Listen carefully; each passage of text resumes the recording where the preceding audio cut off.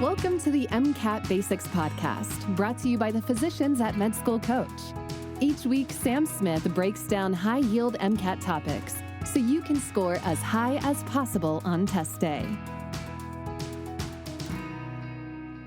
Hello and welcome to Prospective Doctors MCAT Basics with your host Sam Smith. The goal of this podcast is to cover the highest yield topics on the MCAT and provide you with some sort of insight into the questions that the MCAT really likes to ask. This podcast is going to cover aging. I'm first going to dive into some biology and talk about aging at the cellular level.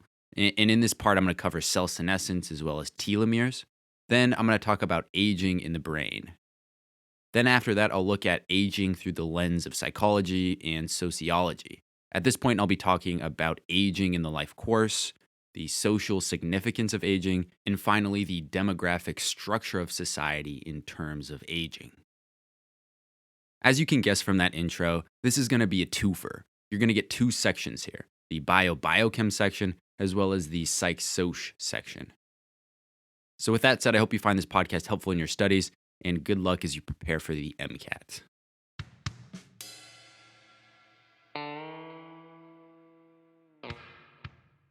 Okay, the first thing I want to do here is talk about aging at the cellular level, and then I'll get more into what happens at the macroscopic level with a discussion of aging and memory. So first off, I want to answer this question. What is cellular aging? Obviously, cells don't grow gray hairs and, they're not going to pee 4 times a night. And so how are you going to know that these cells are aging? So there are numerous markers that indicate cellular aging or indicate cells being old. A few of these are protein aggregation, telomere shortening, cell senescence, autophagy dysregulation, as well as mitochondrial dysfunction. Now, what I want to do is break down each of these different indicators or markers a little bit further. So I'll start with protein aggregation. As cells age, they're not able to maintain their proteins very well. In other words, they're not able to maintain proteostasis. That's just a word meaning homeostasis of proteins. Now, as a result, what happens is that proteins don't fold correctly or they're damaged. And then once these proteins don't fold correctly or they're in a damaged form, they can then aggregate and form these insoluble clumps of proteins called plaques. And then these plaques can cause problems for cells down the road. I mean, I'm sure you've heard of it in Alzheimer's, for instance. These plaques that occur within neurons cause a lot of damage.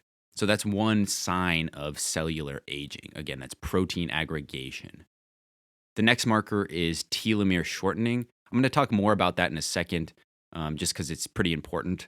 But the short of it is that the ends of our chromosomes contain these short non-coding repeats that basically protect us from losing genetic material each time our cells divide.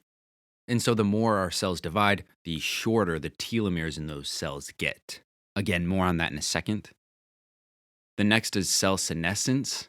And by the way, this word should be in some type of spelling bee. There's so many S's and C's that I literally can't spell it, even though I've spelled it 50 times for this podcast outline. Anyways, what cell senescence is when cells enter this phase of their life where they no longer divide. They basically put a brake on cell division and are arrested in the G1 phase of the cell cycle. And there's numerous reasons that cells become senescent. I'm going to talk about this as well a little bit later. But I think one of the main reasons is that their telomeres, the telomeres within these cells that become senescent, are too short. And again, cell senescence is a sign of cellular aging. Next is autophagy dysregulation. Autophagy literally means self-eating. Shout out Army Hammer. And basically what's going on here is that cells in the body remove unnecessary or dysfunctional components and recycle them. So it makes some sense then when this process of autophagy is dysregulated, that cells in the body aren't able to remove dysfunctional proteins or dysfunctional organelles, and those organelles or proteins or other bad things within the cell can cause problems. And again, this is a sign of cellular aging. The last one here is mitochondrial dysfunction. This one's pretty straightforward.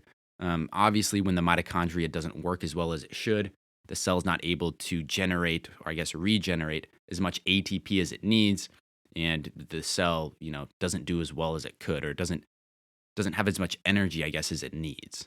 So again, mitochondrial dysfunction is a sign of cellular aging. So that should give you a little bit of an idea as to what a grandma or grandpa cell actually looks like. There's a lot of proteins that are aggregating. The telomeres in this cell are super short. It stopped dividing and it's in this senescent state, and it's not producing as much ATP. And you have all these dysfunctional proteins and organelles and other components that are building up because this autophagy process just isn't working as well as it should.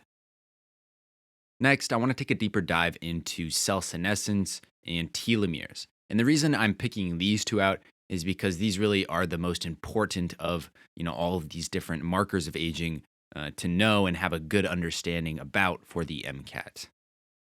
I want to start by talking about a scientist named Dr. Leonard Hayflick. So before Dr. Hayflick, the common view about cells were that they were immortal. Essentially, they would divide limitlessly. They would just divide over and over and over and over.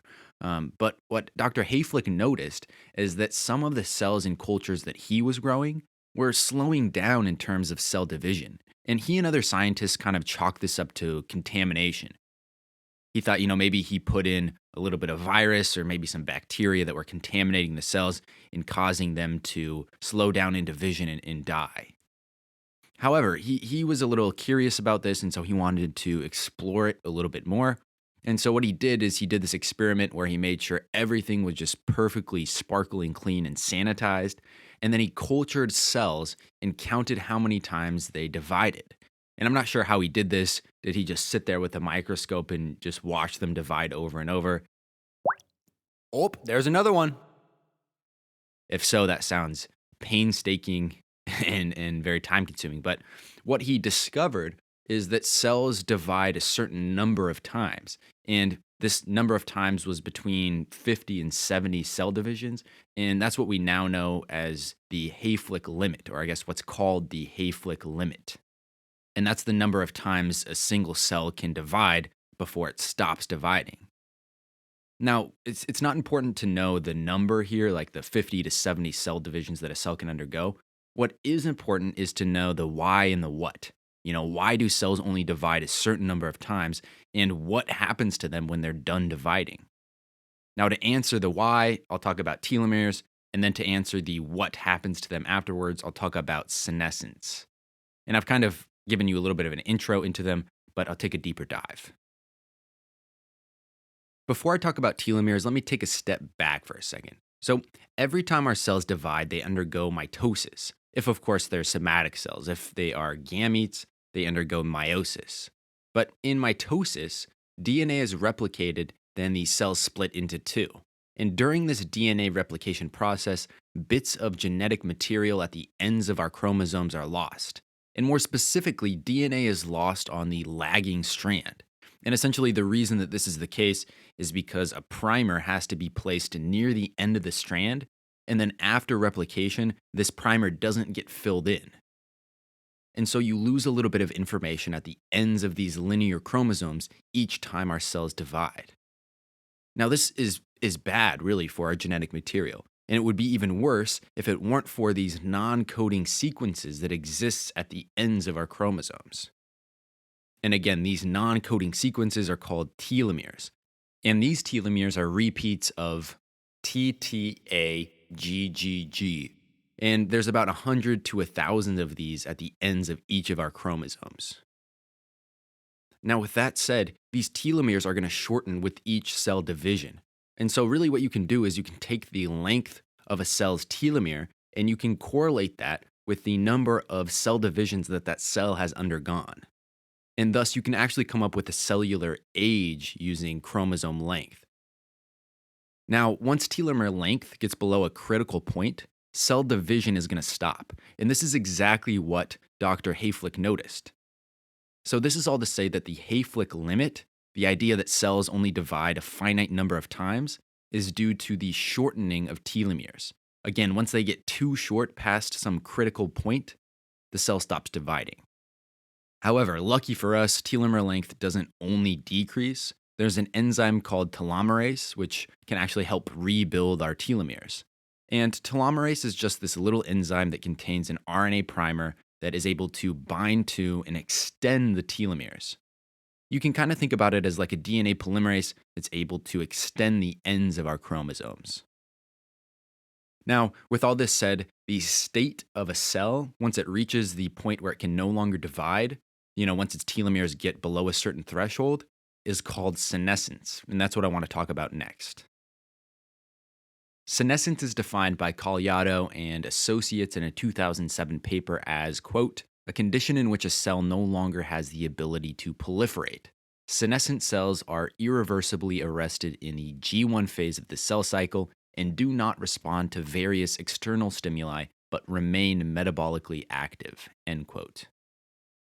So in a way, senescent cells are kind of like old people, right? Old people are living and they're breathing and everything, but they can't really respond to external stimuli like they used to, right? They like to just kind of chill in their favorite armchair or on the couch or whatever and just watch the news all day. And, if someone comes and rings the doorbell, they can still respond to it, but it's going to take them a bit more time than it would have, say 20 years ago. So again, just to reiterate, senescent cells are cells that are no longer able to divide, and they don't respond as well to various external stimuli. However, they do remain metabolically active. In other words, they don't just die out. All right, the next thing I want to talk about here is aging at the macroscopic level. I want to talk about aging in the brain. This material, by the way, is going to show up on the Psych-Soc section of the MCAT. Now, as you probably know, as a person ages, parts of their memory and processing power of the brain get worse. However, some functions of a person's brain actually do the opposite. They get better.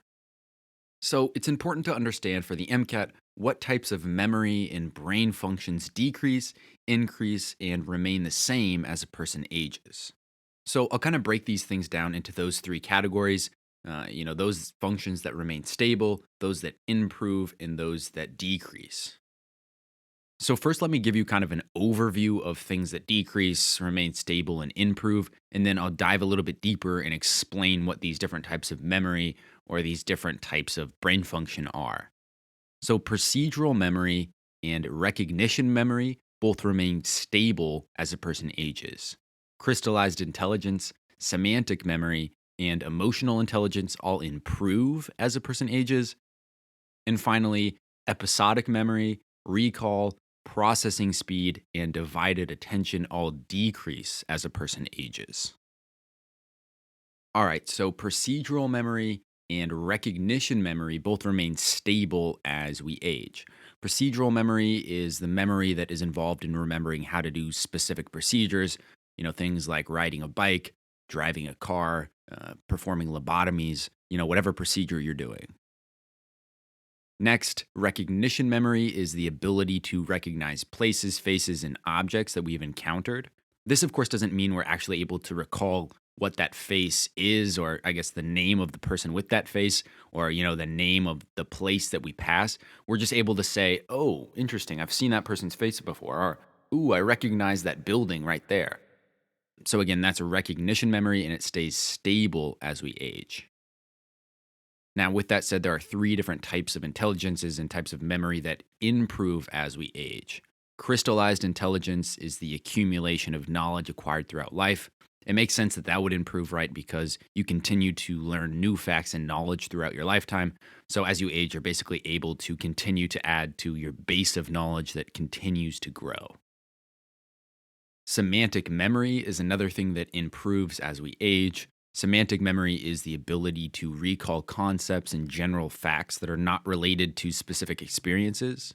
For example, knowing that grass is green and that it doesn't grow well during the winter months is part of semantic memory.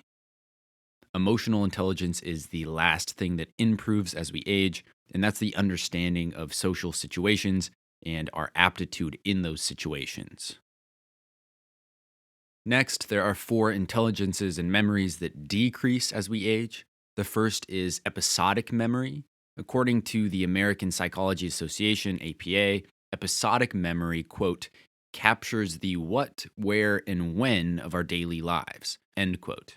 So for instance, when we go to the store and then immediately when we get there, we forget why we went there, that's a lapse in episodic memory. And that happens more and more and more as we get older. Next, recall memory decreases as we age. And recall memory is pretty linked to episodic memory. It is retrieving information from our memory. Next, processing speed decreases. Processing speed is just the rate at which a person is able to take in and understand new information. That also makes some bit of sense. We all have grandparents who have a little bit of trouble with new technologies, new phones, new emails, whatever it may be. It's almost like they're not able to kind of process all the information required, to learn those new technologies. Finally, our ability to have divided attention decreases as we get older. Divided attention, by the way, is doing more than one task and or shifting focus between tasks. So, for example, one of my favorite things to do is watch sports, whether that's basketball, golf, football, and then listen to murder mystery podcasts.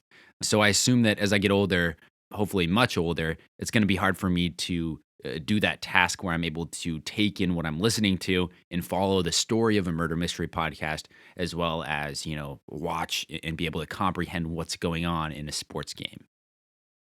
Now, before I get into some of the topics related to sociology regarding aging, I want to cover one last thing here, and that's what causes these changes in processing speed, recall, and some of these other things that happen to our brain as we age. According to Ruth Peter at the Imperial College of Medicine in London, there are a few changes to our brain that happens as we age. First of all, our brain size changes, and second of all, the vasculature of our brain changes. So in terms of our brain size, our brain tends to get smaller over time. Quote, "It has been widely found that the volume of the brain and or its weight declines with age at a rate of about 5% per decade after the age of 40. End quote. This to me is a little bit crazy, right? Because that suggests that by the time a person reaches the age of 80, their brain has shrunk by about 20%. That's very significant shrinkage. That's approximately the difference between a grapefruit and an orange. Now, in terms of vasculature changes, it's been found that as we age, there is less and less blood flow in the brain. And then finally, Ruth Peters mentions that there are changes in levels of neurotransmitters as well as hormones in the brain as we age. But I think the big two changes to the brain are in terms of its size and are in terms of blood flow or vasculature. Can't get into a hospital or doctor's office to do shadowing? Well, you're in luck. A fourth-year medical student and I just produced a virtual shadowing video series that is also a podcast. The idea here is to help pre-meds get some kind of clinical experience during the COVID-19 pandemic, since it's pretty hard to right now. I obviously have no idea how admissions committees are going to view this. I don't know what they're going to say if you put it on your med school application, but I imagine that it's only going to help in that it's better than nothing. Throughout the recording of this series, I learned a ton, and I think you would too. So if you're interested, search virtual shadowing in your podcast app or visit shadowing.medschoolcoach.com. All right, in the next part of this podcast, I want to talk about some of the sociology behind aging. Again, I'm going to talk about aging in the life course, the social significance of aging, and the demographic structure of society in terms of aging. All right, I'll start with aging in the life course. So I first kind of want to go over what that means, just because it's kind of a little bit of a vague statement, aging in the life course. So according to the American Sociological Association, sociology of aging in the life course provides an analytical framework for understanding the interplay between human lives and the changing social structures.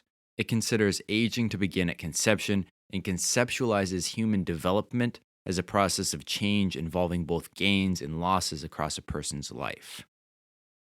To really fully understand what this is, let me take a step back and explain what the life course perspective is. The life course perspective, or theory, is an approach to understanding the mental, physical, and social health of individuals. It incorporates both lifespan and life stage concepts that determine the overall health trajectory of an individual. In other words, the life course theory looks at someone's whole life and uses information gained from their whole life or the perspective of their whole life to explain their current situation, behavior, or other characteristics of that person. An interesting example of this is the Great Depression. Individuals who went through the Great Depression were impacted from that well into their lives. So if you look at somebody who's, say, 60, and you were to say, okay, they went through the Great Depression, maybe you could glean something about their current situation in their 60s from them then going through that Great Depression, in their 20s or their teens or whatever it may be. The life course theory is constantly applied in medicine. And to me, it seems pretty intuitive, or I guess like common sense, that it is applied and that it should be applied. Take the following example. Say that you're a family physician seeing a brand new patient for the very first time. Now, to get an understanding of this patient's current state of health, you wouldn't just ask the patient about, their current situation. You wouldn't necessarily just ask questions like, what do you eat on a day-to-day basis? How much exercise do you get? Do you smoke? You might ask some of those questions, but you're going to ask a lot more about their past medical history and about, their situation throughout their life that has led up to where they're at now. So you might ask questions like, have you ever taken any medication in the past? Have you ever smoked in the past? Does your family have a history of cardiovascular disease, etc.? And a lot of those questions are going to be geared towards the life course perspective of health, or at least taken from the perspective of the life course theory. So that's the life course theory. Now, again, we're talking about aging in the life course theory, so let me kind of bring it back to there. Essentially, aging in the life course theory is just applying the life course theory to aging and understanding, the situation of people as they age. An organization called Help Age International talks about how aging policies can be implemented using the life course theory. It says, quote, how policies and programs are implemented affects our lives across the life course and influences our well-being into old age. In designing policies, we must look forward to their impact in our older age. But we also have to look backward and respond to older people's diverse past experiences to ensure we're achieving our goals, end quote.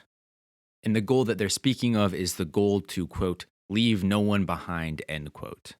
Basically, the mission or goal of this organization, Help Age, is to promote the well-being and inclusion of older men and women and reduce their poverty as well as adverse health outcomes later in life, i.e., they don't want to leave older men and women behind.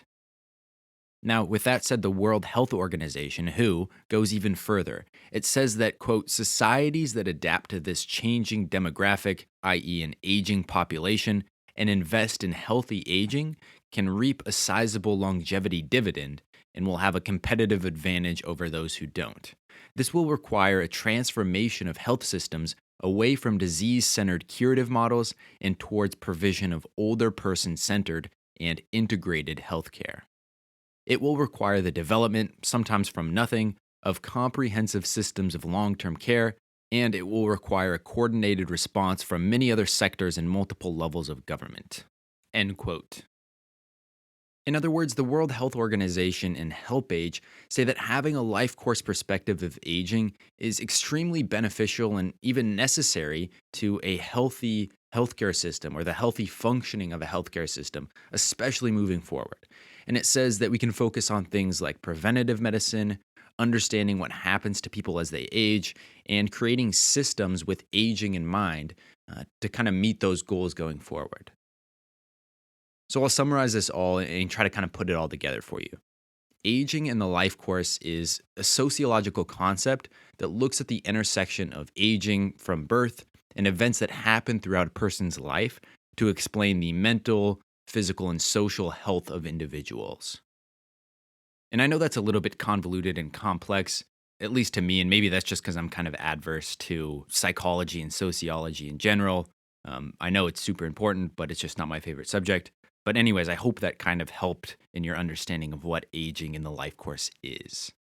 If not, there's always great videos online you can Google search and kind of watch and maybe get a little bit better of an understanding. The next thing I want to talk about here is the social significance of aging. There's really one thing that I want to mention here, and that's that the social significance of aging is different depending upon what society you live in. In some societies, older people get more respect and have a higher status. And then in other societies, youthfulness is very valued, and then elderly people get kind of looked down upon. As an example, in the US, I think we have a little bit of both, but tend to fall into that latter category. And this is kind of my own experience speaking here, but I think we respect knowledge and wisdom that old people have, yet we tend to kind of see their oldness as maybe a little bit of a weakness, or, that they can't function on their own, or, when you get old, you can't really do the things you used to be able to do. You're not as youthful. And that's evidenced by the fact that many old people just end up in retirement homes and they're kind of isolated from the rest of society, pushed to the side and said, you live over here. The rest of society is going to live over here, and we'll come visit you every once in a while when we feel like it. Also, I think there are some situations where in the US, it's like you look at your grandparents or people who are older as maybe being dumb or just like not knowing what they should know. And it's not that way everywhere in the world. And again, I'm just kind of speaking from the cuff here as to what I've seen, on social media and those types of things.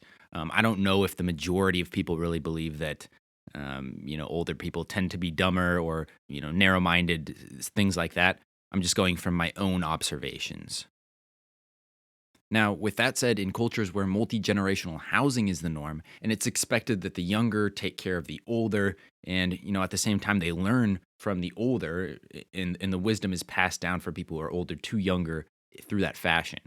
And this, of course, happens in the US for sure, but maybe just not as much as in other countries. Anyway, really the takeaway point here is that different cultures treat old people differently. In some, they're respected, and then in others, they might be seen as weak. Finally, the last thing I want to talk about here is the demographic structure of society. In terms of the demographic structure of society, in the US especially, the population is getting older and older and older. Right now, the median age in the US is about 38 years old. If you go back to 1970, this was 28 years old. Also, the percentage of the population that is older than 65 has gone up pretty significantly over the past 20 to 30 years. You can see this quite clearly on a type of graph that you might see come up on the MCAT. And this type of graph is called a population pyramid plot. And essentially, you could compare the population pyramid plot from, say, today, 2021, to 1970, and that would give you a really good picture of how the population has changed, or at least how the demographic structure has changed. Now, these population pyramid plots have age group bins on the y-axis and relative population size on the x-axis. For younger populations, they're pyramidal in shape. Basically, the lower age bins are bigger. However, for older populations, like those today, these plots become more top-heavy, and they start to look more like a house than a pyramid. So with that said, make sure you know how to interpret these plots. I think it's pretty straightforward, but if you've never heard of a population pyramid plot, or this doesn't ring a bell when I describe it, just go Google an image and make sure you know what it's saying and how to interpret it. Now back to the aging US population. There are really two big reasons that the US population, as well as populations really all over the world, are increasing in age. The first is the fact that life expectancy has increased. The second is that people are having less children. So as a result, people are living longer, there are less babies being born, population is going to get older. That makes pretty logical sense. Now, what does this mean for society? Well, aging populations can put stress upon the healthcare system. As people get older, they tend to, on average, have more illnesses and more need for medical care. And this is where preventative medicine can play a really important role.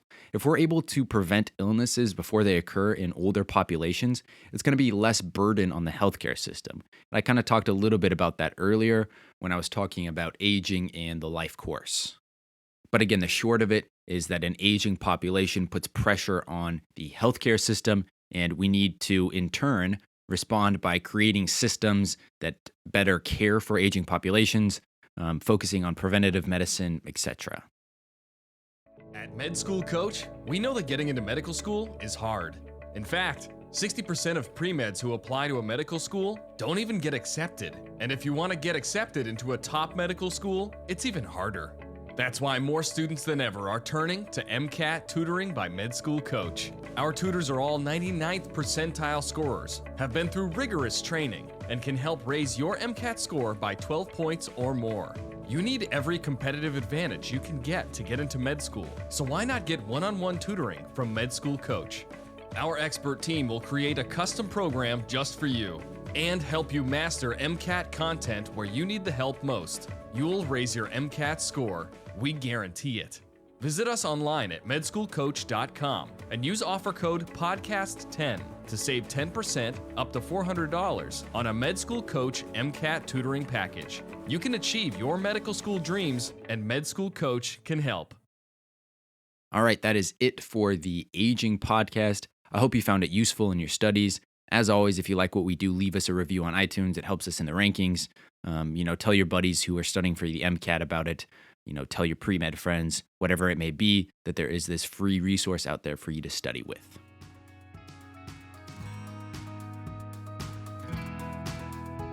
Each episode of MCAT Basics is brought to you by Med School Coach. To access Med School Coach services, including MCAT tutoring and medical school admissions advising, visit our website at medschoolcoach.com. Good luck as you prepare for the MCAT, and we hope you tune in again next time.